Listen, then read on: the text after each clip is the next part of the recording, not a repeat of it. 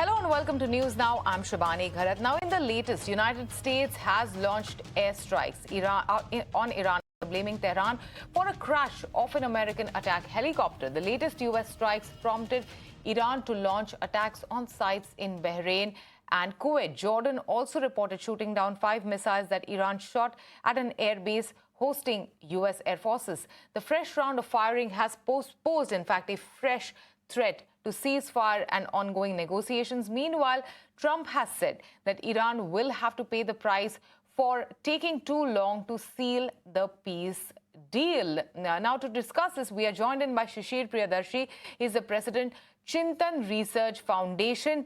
And also we are joined in by Ashutosh Karnatak. He is ex-CMD GAIL India. Thank you so much, gentlemen, for joining us today on ET Now. Mr. Priyadarshi, over to you first. Now, this is a fresh threat which has been issued by US President Donald Trump. Now, there have been multiple threats issued over the course of this West Asia crisis over the past couple of months. What does the latest mean in terms of where is this war going forward from here on? Shabani, thank you so much.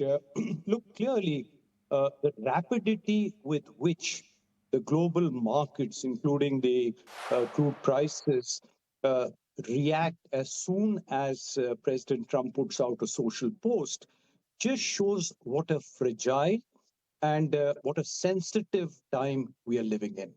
Now, earlier, issues, especially like the Dow Jones, the global markets, would react basically on economic fundamentals. Today, very unfortunately, they are reacting much more on geopolitical sentiment. Now, that I do not think is good for the global economy per se. The global economy as it is battling many a headwind. But this uncertainty which comes about by statements like these emanating from President Trump, now you can put them into two categories. One is the kind of people who'll say, look, tomorrow you could as well have a Trump statement which says, no, we are back on track and oil prices fall again and Dow Jones recovers. But, we've had this up and down for far too long. And as an economist, I am worried because whatever has been my experience shows that markets tend to fall on sentiments and they do so in a fair hurry, but then they improve rather slowly on fundamentals. And if sentiments like has been expressed, like Iran will pay the price for a delay in finalizing the peace process or anything to go by, then this is not good for global economy. Absolutely, Mr. Priyadarshi. And when it started, of course, globally, many countries are on the edge of the seat waiting for this West Asia crisis and the war to end. But regionally, within that region, within Middle East, first when the war broke out, of course, the neighboring nations were attacked by Iran, Qatar and, UAE, Dubai airport, many regions over there were attacked. But now Bahrain, Kuwait, Jordan have also reported, shooting down of 5 missiles that Iran shot at their airbase hosting U.S. forces. Now, what is the probability going forward of this becoming a full-fledged regional war in the coming weeks? Mr. Priyadarshi? Obviously, yes, I'll answer this question both from what my hope is and what reality is. The hope certainly is that the peace process finds wings, that the peace process, and we have seen about 2 weeks of a fair amount of lull and positivity. And I say one, barometer by which the common man judges it is the kind of flights going through the Middle East. And certainly that had picked up. But the chances of this escalating into a much bigger regional conflict remain. This is in spite of the fact that Israel and Lebanon and Iran, this trio had come to some kind of understanding, so it appears. Right. Sorry, Mr. Karnatak? Yes. Also, Mr. Karnatak, now since, these are all, oil producing nations, help us understand, the impact on the overall energy market going forward. If this begins as, restarts as like a full-fledged conflict after this threat. See, after this threat, it is in fact in the negotiation term, there is a term called JOPA, Zone of Possible Agreement. So both the countries they are yet to get a common platform or common condition where they should agree. US is saying something and Iran is not agreeing to that. Iran is saying something, US is not agreeing to this. Now, out of frustration, maybe out of desperation, US president might have said that pay the price.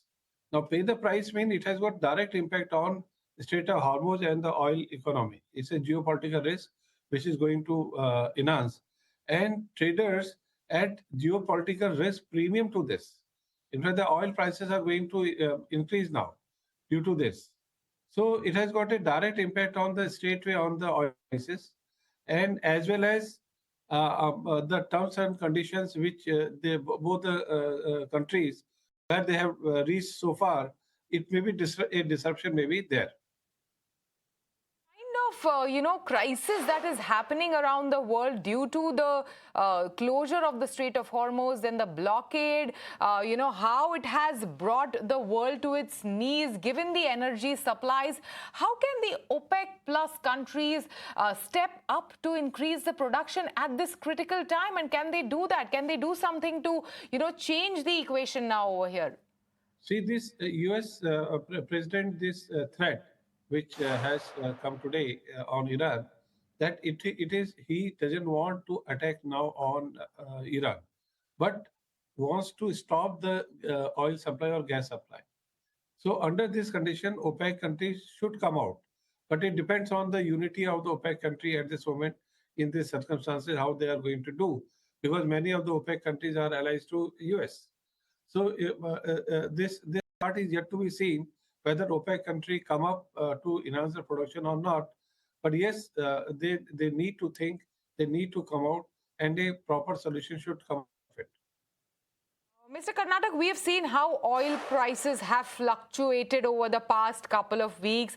How do you see it going forward in the next couple of weeks? If this threat turns out to be real and this turns out to be like a full-fledged conflict, where do you see it going in the month of June and then proceeding to July? See, earlier we have been saying that oil prices may go up to $120, but today it has, yesterday only some reduction is there, around $97 it is. So these prices are going to fluctuate, it's a between, again, the zone of possible agreement, maybe 90 to maybe 115, it may be fluctuating. Because it has got impact on the world economy. So at the world economy will be in it's a very challenging position at this moment.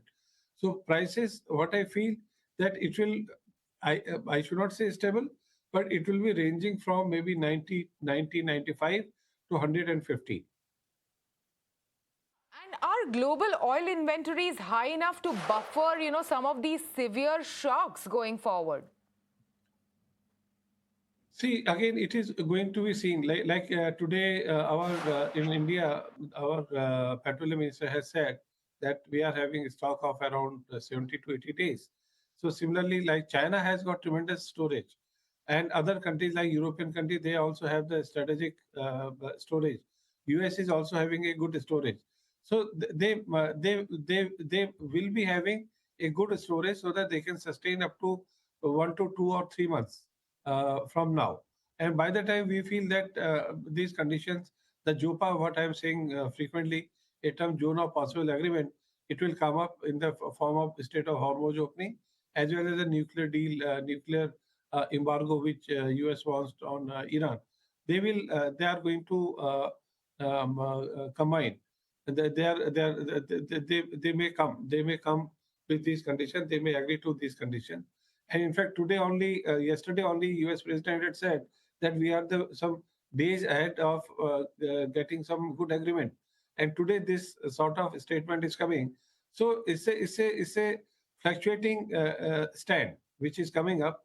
So we cannot say what is going to happen. But I'm Right, sure it's a fluctuating stand, absolutely, Mr. Karnatak. A couple of days ago, we had like a geopolitical expert, like from another country, who said that, in fact, it is better to depend and, find the Iranian statements more trustworthy than what is coming in via social media through Donald Trump. But having said that, Mr. Priyadarshi, over to you. Are there at all any diplomatic channels open to de-escalate, this particular conflict? What, according to you, are these diplomatic channels that are open? Look, certainly, part of the reason that the President Trump makes these statements on Truth Media is because diplomatic channels are open and peace negotiations are going on. So this is his way of trying to exert pressure, this way of trying to, kind of use a bit of muscle, because if diplomatic talks were not going on, if the peace, negotiations were not going on, he would not be making these statements. Having said that, Shibani, my own experience about 20 odd years of very key negotiations in the WTO shows me that those negotiations succeed where you're willing to build them brick by brick, sentence by sentence, one problem at a time, number one. But secondly, very importantly, where you negotiate on a subterranean level, meaning you do not negotiate publicly. The minute negotiations go into the public domain, the domestic constituencies come in. As an example, even if Iran today was willing to give in an inch, but if that inch appears to have been given in because of a threat made by President Trump, the chances of the Iran leadership accepting that reduce, because they are all leaders today are far more answerable to their domestic constituency. So anything which appears to be being done, giving into pressure by the adversary that you are negotiating with, actually comes in the way of a deal in the negotiating process. Thank you so much, Mr. Priyadarshi and Mr. Karnatak, for your inputs and insights on the latest updates on the West Asia crisis. And thank you so much for joining us on ET Now today. Now, moving on, for 17 years, ET Now has empowered investors and decision makers with insights needed to navigate India's growth story. Continuing that commitment, we bring you the ET Now Market Summit 2026, a gathering of India's leading economists, fund managers, policymakers, and investment experts, including the likes of Sunil Singhania, Sandeep Tandon, Sandeep Sikka, Ridham Desai, and Vijay Kedia. They will be coming together to decode the future of Indian markets, a special event where SEBI Chairman Tuhin Kanta Pandey will be the chief guest and share his insights on navigating volatility. Stay tuned to ET Now on 12 June for exclusive insights and powerful conversations from ET Now Market Summit 2026.